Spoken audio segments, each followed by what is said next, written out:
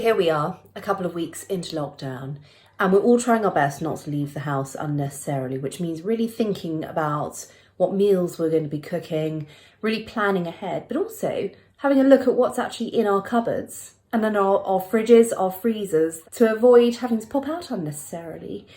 I have a cunning plan to cook supper involving leftovers from 2 meals that we've already had this week. And I'm going to show you my favourite risotto. It's bacon and mushroom, or actually in this case it's actually going to be gammon, which has been cooked in Coca-Cola. So the leftovers that we have today we are going to use for a gammon and mushroom risotto. Now last night my husband and I had roast chicken with our son. We do have a chicken carcass.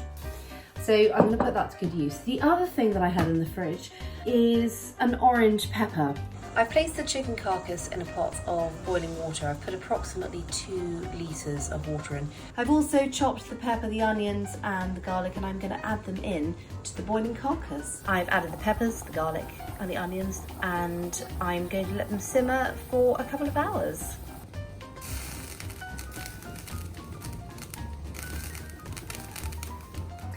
A couple of nights ago we had a delicious gammon cooked in Coca-Cola. As you can see, there's a fair bit left over.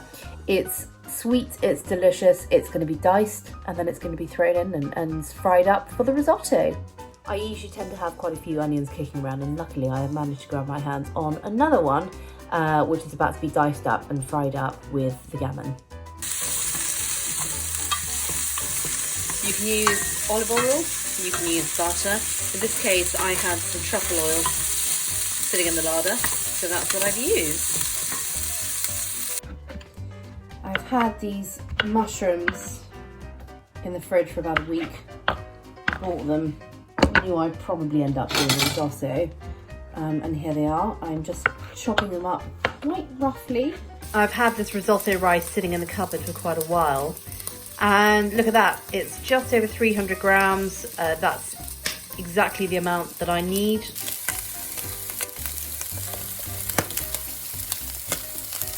So as you can see, the mushrooms are now in. I'm giving everything a little bit of a stir to make sure that nothing sticks. For some reason the pan seems to be spinning though. So I might need both hands in a second.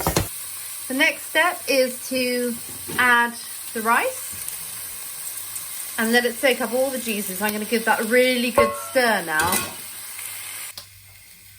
As you can see, here is the stock that I prepared earlier. We need 1 litre of it in total. I've added the stock in one go. A lot of recipe books call for adding it gradually and giving everything a good stir. In actual fact, you can add it in one go.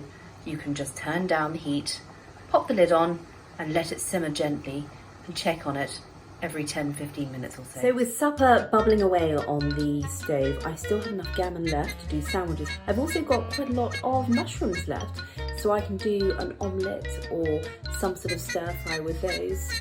And then finally, you'll see the risotto has taken a sort of slightly gloopy consistency to it.